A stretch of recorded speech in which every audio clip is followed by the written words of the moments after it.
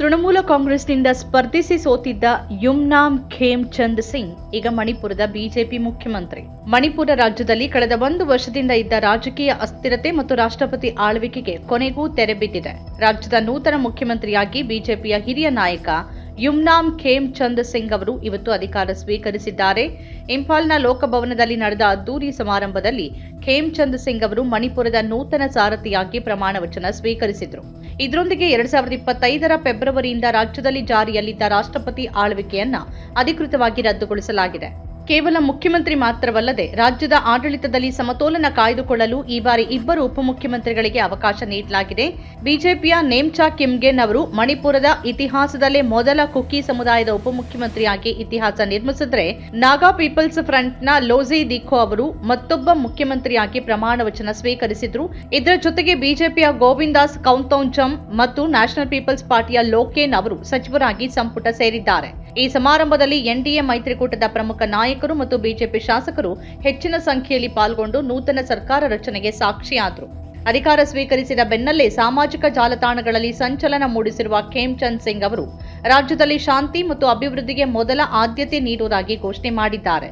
ವಿಕಸಿತ್ ಭಾರತ್ ಮತ್ತು ವಿಕಸಿತ್ ಮಣಿಪುರ ಎಂಬ ಕನಸನ್ನ ನನಸು ಮಾಡಲು ತಮ್ಮ ಸರ್ಕಾರ ಬದ್ಧವಾಗಿದೆ ಅಂತ ಅವರು ಜನತೆಗೆ ಭರವಸೆ ನೀಡಿದ್ದಾರೆ. ಯುಮ್ನಾಮ್ ಖೇಮ್ಚಂದ್ ಸಿಂಗ್ ಸುದೀರ್ಘ ಕಾಲ ಆರ್ಎಸ್ಎಸ್ ಕಾರ್ಯಕರ್ತರಾಗಿ ತಳಮಟ್ಟದಲ್ಲಿ ಕೆಲಸ ಮಾಡಿದ ಅನುಭವ ಹೊಂದಿದ್ದಾರೆ. ಅಷ್ಟೇ ಅಲ್ಲದೆ ಇವರು ಟೇಕ್ವಾಂಡೋ ಕ್ರೀಡೆಯಲ್ಲಿ ಬ್ಲಾಕ್ ಬೆಲ್ಟ್ ಪಡೆದಿದ್ದಾರೆ ಅನ್ನೋದು ವಿಶೇಷ. ಈ ಹಿಂದೆ ಟೇಕ್ವಾಂಡೋ ಫೆಡರೇಷನ್ ಆಫ್ ಇಂಡಿಯಾದ ಉಪಾಧ್ಯಕ್ಷರಾಗಿಯೂ ಇವರು ಸೇವೆ ಸಲ್ಲಿಸಿದ್ದಾರೆ. ಹಾಗೆ ನೋಡಿದ್ರೆ ಖೇಮ್ಚಂದ್ ಸಿಂಗ್ ಅವರ ರಾಜಕೀಯ ಹಾದಿ ಅಷ್ಟು ಸುಲಭವಾಗಿರಲಿಲ್ಲ. 2012ರಲ್ಲಿ ತೃಣಮೂಲ ಕಾಂಗ್ರೆಸ್ನಿಂದ ಸ್ಪರ್ಧಿಸಿ ಸೋತಿದ್ದ ಇವರು 2013ರಲ್ಲಿ ಬಿಜೆಪಿ ಸೇರುವ ಮೂಲಕ ಹೊಸ ಇನ್ನಿಂಗ್ಸ್ ಆರಂಭಿಸಿದ್ರು. ಇಂಫಾಲ್ನಲ್ಲಿ ಜನಿಸಿ ಬೆಳೆದ ಇವರು ಇದೀಗ ರಾಜ್ಯದ ಅತ್ಯುನ್ನತ ಹುದ್ದೆಗೇರಿದ್ದಾರೆ. ಖೇಮ್ಚಂದ್ ಸಿಂಗ್ ಅವರು 2017ರಿಂದ 2022ರವರೆಗೆ ಮಣಿಪುರ ವಿಧಾನಸಭೆಯ ಸಭಾಪತಿಯಾಗಿ ಕಾರ್ಯನಿರ್ವಹಿಸಿದ್ದಾರೆ. ಮೊದಲ ಬಾರಿಗೆ ಶಾಸಕರಾಗಿ ಆಯ್ಕೆಯಾದ ಬೆನ್ನಲ್ಲೇ ಈ ಜವಾಬ್ದಾರಿಯುತ ಸಾಂವಿಧಾನಿಕ ಹುದ್ದೆಯನ್ನು ಅವರು ಸಮರ್ಥವಾಗಿ ನಿಭಾಯಿಸಿದ್ರು.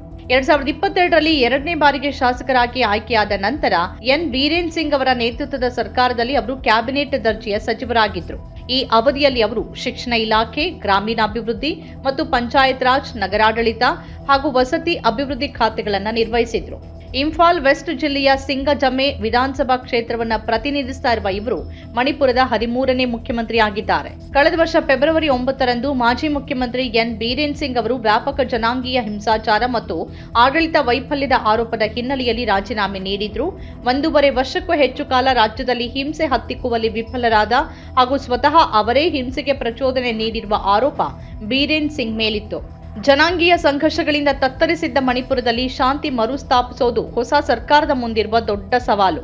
ನಾಯಕತ್ವ ಬದಲಾವಣೆಯ ಈ ಹೊಸ ಹಂತ ಮಣಿಪುರದಲ್ಲಿ ಮತ್ತೆ ಸಹಜ ಸ್ಥಿತಿಯನ್ನ ತರಲಿದೆಯಾ ಅನ್ನೋದನ್ನ ಕಾದ್ ನೋಡ್ಬೇಕಿದೆ. ನಮ್ಮ ಕಾರ್ಯಕ್ರಮಗಳನ್ನ ನೀವು ನೋಡ್ತಾ ಇದ್ರೆ ನಮ್ಮ ಚಾನೆಲ್ ಅನ್ನ ಸಬ್ಸ್ಕ್ರೈಬ್ ಮಾಡಿ, ಪಕ್ಕದ ಬೆಲ್ ಐಕಾನ್ ಒತ್ತಿ ನಮ್ಮನ್ನ ಬೆಂಬಲಿಸಿ.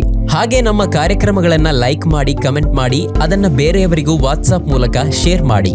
ನೀವು ಹೀಗೆ ಮಾಡಿದಾಗ ನಮ್ಮ ಚಾನೆಲ್ ಮತ್ತಷ್ಟು ಜನರಿಗೆ ತಲುಪಲು ನೀವು ನಮ್ಮೊಂದಿಗೆ ಸಹಕರಿಸಿದ ಹಾಗಾಗುತ್ತೆ. ಇದು ನೀವು ಯಾವುದೇ ಖರ್ಚಿಲ್ಲದೆ ಕೆಲವೇ ಸೆಕೆಂಡುಗಳಲ್ಲಿ ನೀಡಬಹುದಾದ ಸಹಕಾರ. ಧನ್ಯವಾದಗಳು.